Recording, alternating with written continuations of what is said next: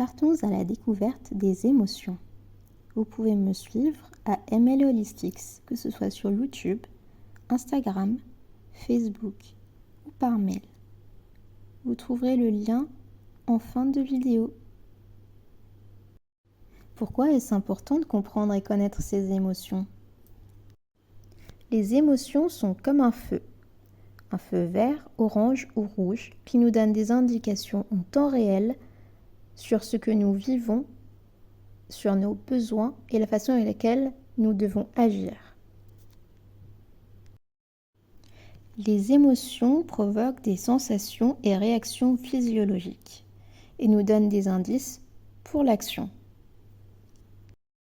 Les émotions sont reliées aux différents corps de l'être humain, les corps physiques et subtils, émotionnels, mentaux, etc.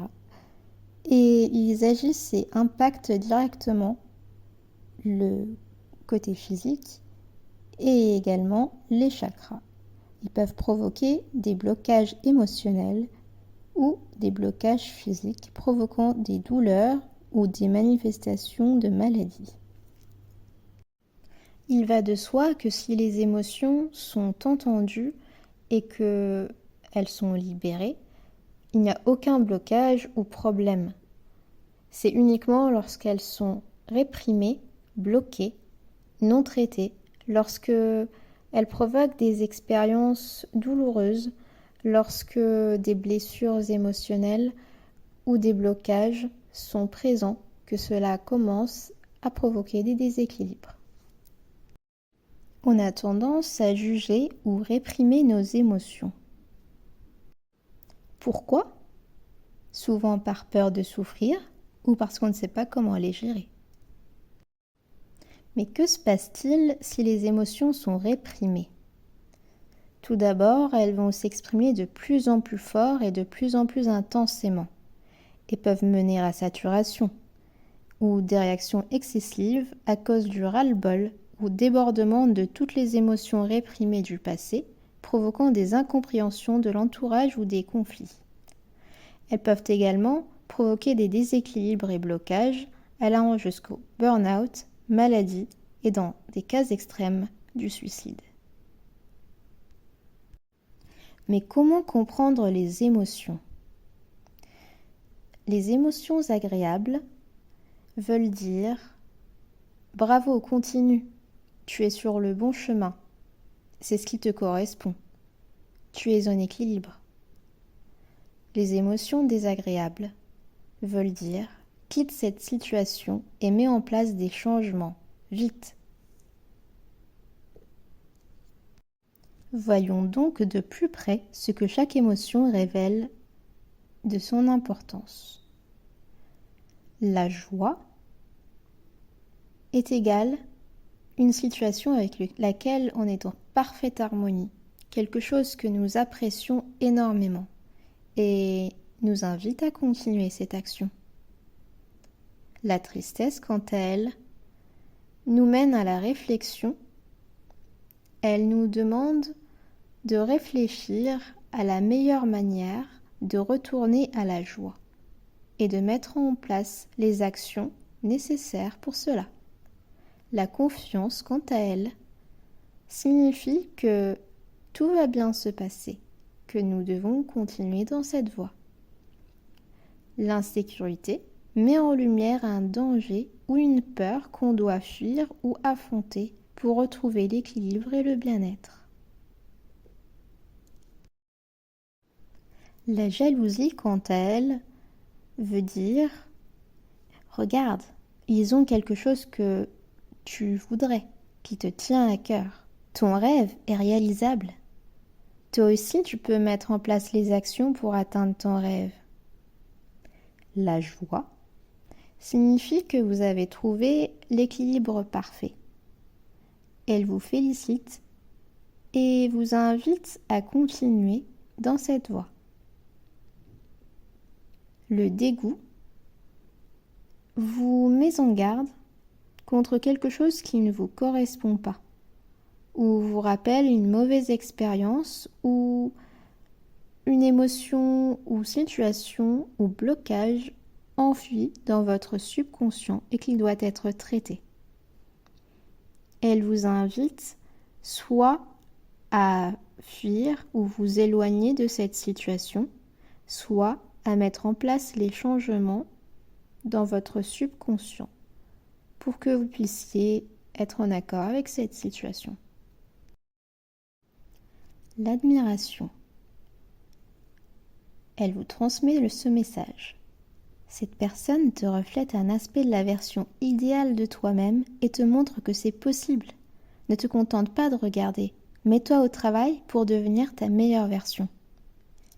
La colère. Elle signifie ne te laisse pas faire, fais valoir tes droits, exprime tes besoins ou mets en place les changements nécessaires pour sortir de ce qui ne te correspond pas. L'anxiété vous révèle un danger potentiel ou vous rappelle des mauvaises expériences vécues dans une situation similaire et vous invite à prendre vos dispositions pour contrer le danger et vous surpasser.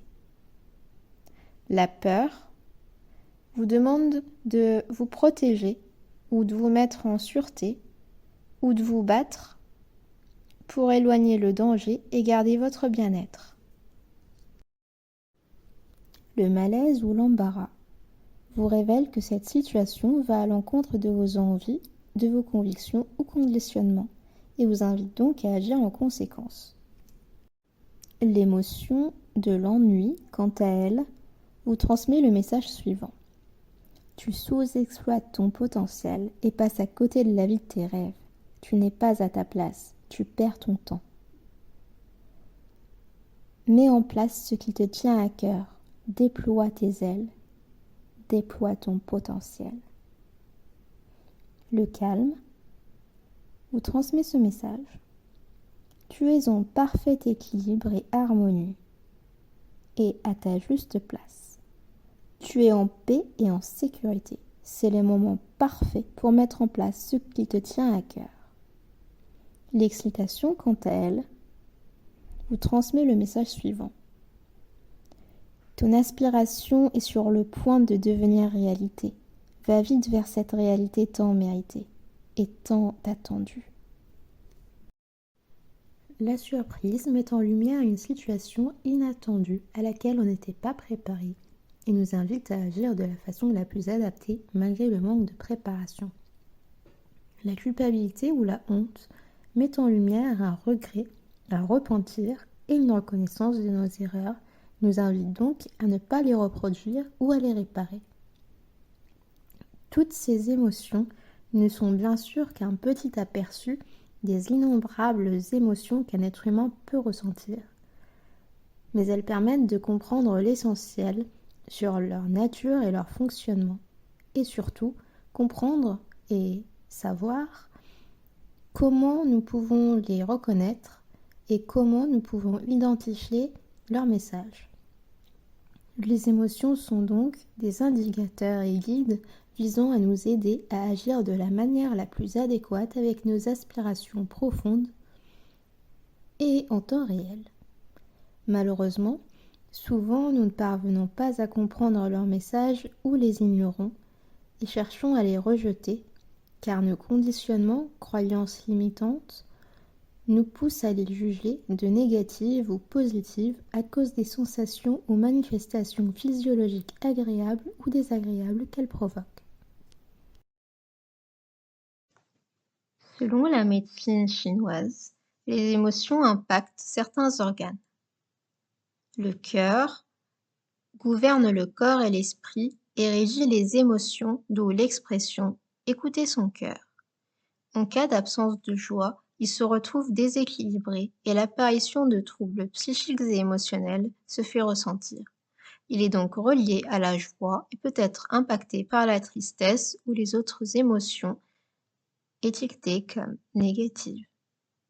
Il peut être impacté donc par l'ensemble des émotions et peut être équilibré par la joie.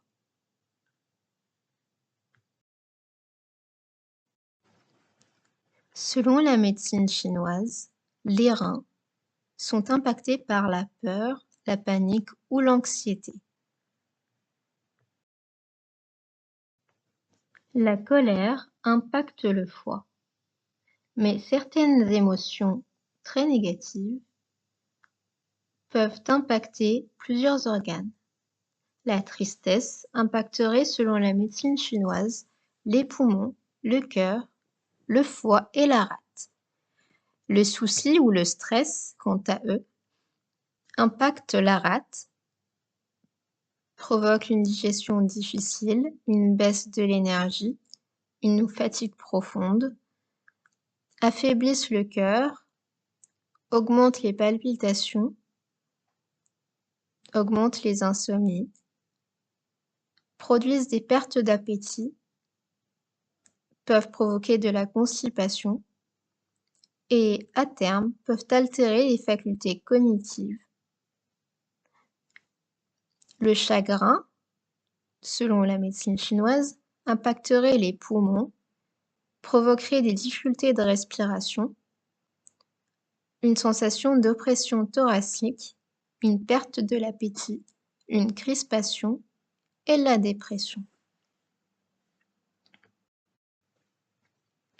La panique impacterait le cœur, les reins, provoquerait de l'anxiété, de l'agitation, paralyserait l'esprit et le corps, serait provoquée par des facteurs extérieurs ou externes et peuvent causer une crise de panique, une agitation mentale ou des sueurs froides, ainsi qu'une perturbation de la vitalité et de la joie, des vertiges, des acouphènes, des palpitations ou l'essoufflement.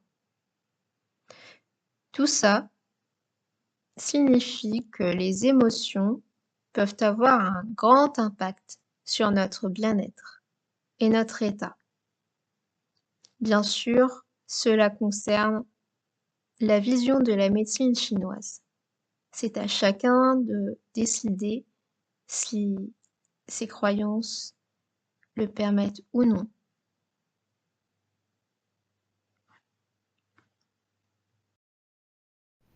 Voyons maintenant comment gérer les émotions. Les émotions n'ont normalement pas besoin d'être gérées ou contrôlées. En effet, si on ne les réprime pas et les observons attentivement, elles nous livrent les messages dont nous avons besoin pour mettre en place les actions nécessaires à notre bien-être et partent sans provoquer de déséquilibre.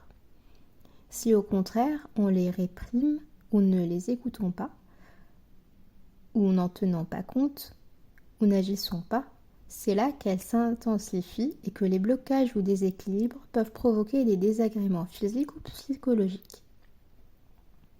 La première étape est donc reconnaître et identifier l'émotion.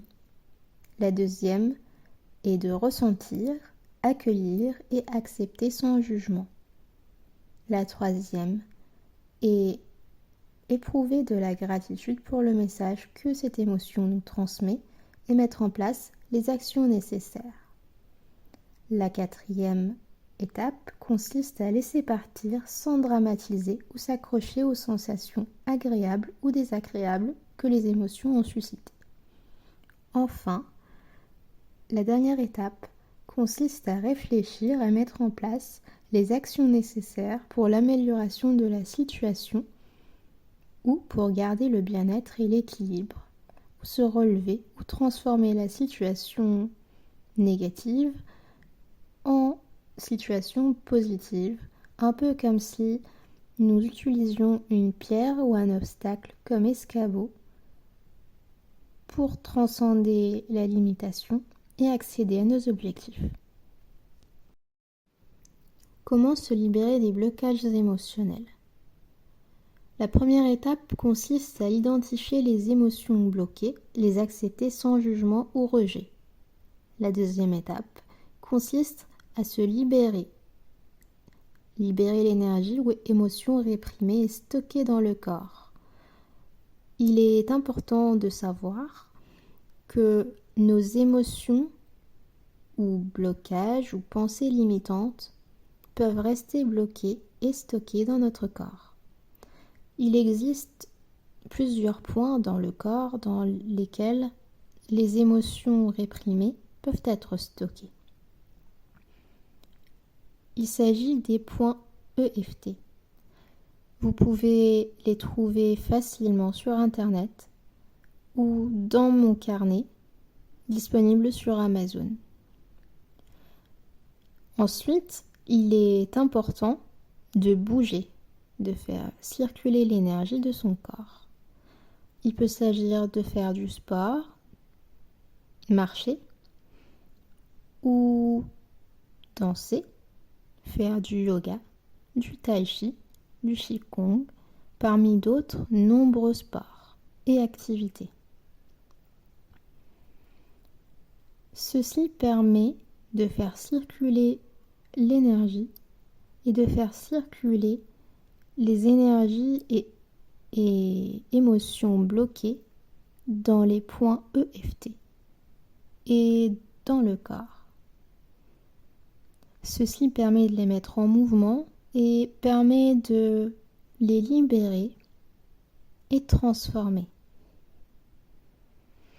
Ensuite, la prochaine étape consiste à transformer ou reprogrammer ces pensées limitantes ou conditionnements limitants par la méditation, les affirmations positives et répétées ou par tout autre moyen visant à cet objectif. Enfin, il est important d'identifier et mettre en place un plan d'action pour retrouver l'équilibre et pour être en adéquation avec ses attentes et besoins. Par exemple, s'il s'agit de retrouver la joie, il s'agirait de réfléchir aux actions ou activités avec lesquelles vous pouvez vous sentir joyeux de façon autonome et avec vos moyens disponibles présents,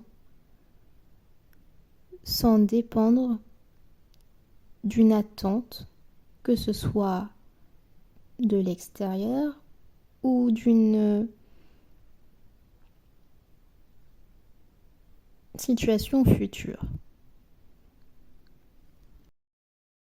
Bon à savoir, en cas de traumatisme ou blessure d'enfance non libérée ou traitée, des méthodes de libération émotionnelle existent, telles que l'EFT, la pose d'encre, les rayons sacrés, l'ancrage, le qigong, le yoga, etc. Vous retrouverez certaines de ces méthodes dans le carnet Faites de votre vie une œuvre d'art, car c'est vous l'artiste qui en choisit les couleurs, disponible sur Amazon, où vous pouvez trouver facilement ces méthodes en effectuant des recherches sur Internet ou YouTube, afin de trouver la méthode la plus adaptée à vos besoins ainsi que votre fonctionnement. Si vous le souhaitez, vous pouvez également prendre rendez-vous pour une séance de coaching ou trouver un professionnel qui peut vous accompagner de façon personnalisée et durable.